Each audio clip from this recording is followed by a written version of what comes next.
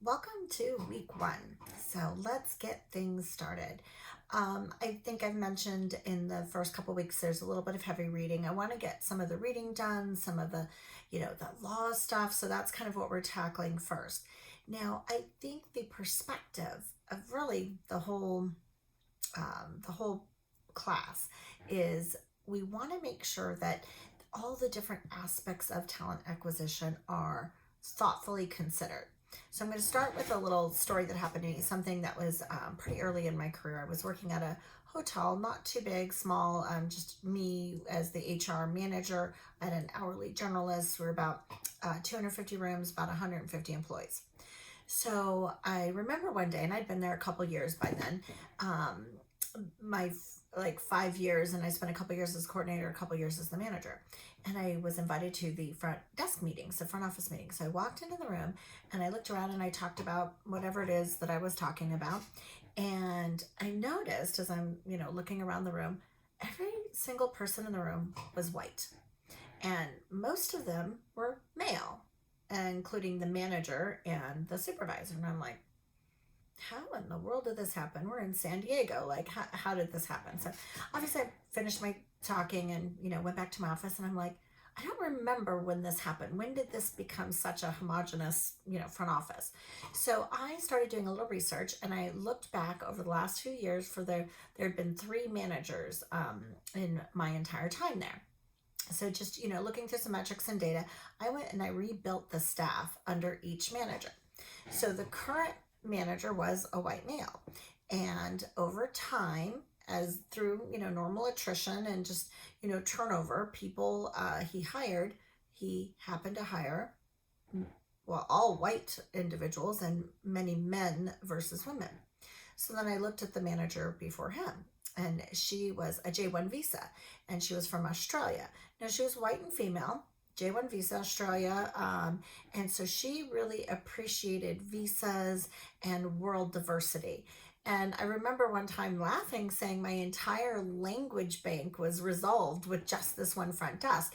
We had somebody from France, we had one other person from Australia, we had a couple UK. It was like, United Nations. And so while the ethnicities and the male female ratios, those were all mixed, but they were all from different parts of the world. So because that was her experience, so she really enjoyed having that diversity. And I loved it because we usually had somebody who spoke the language, somebody from Argentina. Like, we usually had all the languages covered just with that front desk staff.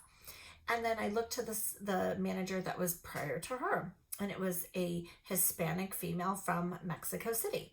And so when I looked at her staff, almost 95% of the staff were Spanish, of some Latin origin, Latinx. So I was like, okay, so what's happening here? And so I kind of, as I realized when the Hispanic female manager left and we hired the next one, it wasn't something, that they came in and just fired everyone and replaced it with, what they were comfortable with. All of this happened over time. And I think that's why it never really kind of attracted my attention, because it wasn't just 5 people gone, 5 people in. It was just over time. And, in an honest way, we did not have a strong interviewing process. It was kind of like, you post the job, you hire the job, whatever you want, just let me know when I'm doing paperwork. So almost kind of taking myself out of it, which is not the right way to do that. And so letting people just naturally interview without any kind of a structured interview or plan or goals, it's bias. You tend to hire what you are. That's just kind of natural human nature.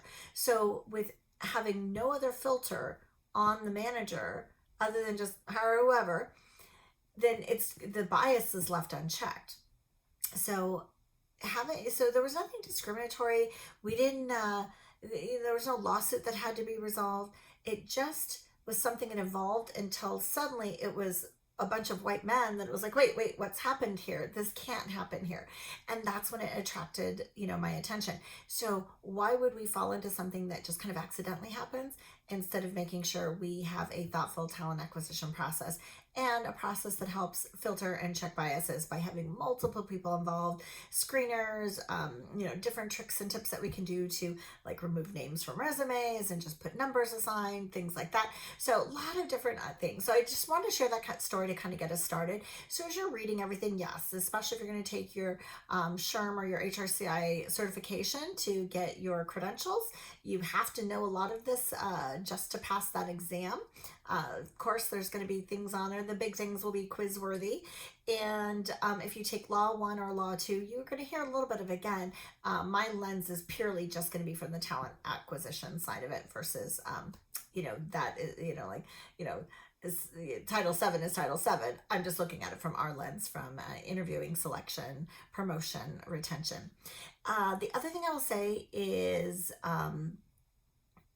actually, that's good. I think that's a good start for the week. So get on to the reading. Please do not save it up to the end. Try to commit, 30 minutes a day, or, there's a couple different items, like read the one chapter of the book, second chapter of the book, and then the PowerPoints tackle last, whatever you want to do, but don't wait and save it up. And you do want to keep up on the reading and doing it in the week for the week. If you save it all up for a couple weeks, you're not going to be able to keep on top of it. So, all right, well, enjoy the week and reach out if you have any questions, and I'll do a little recap at the end of the week.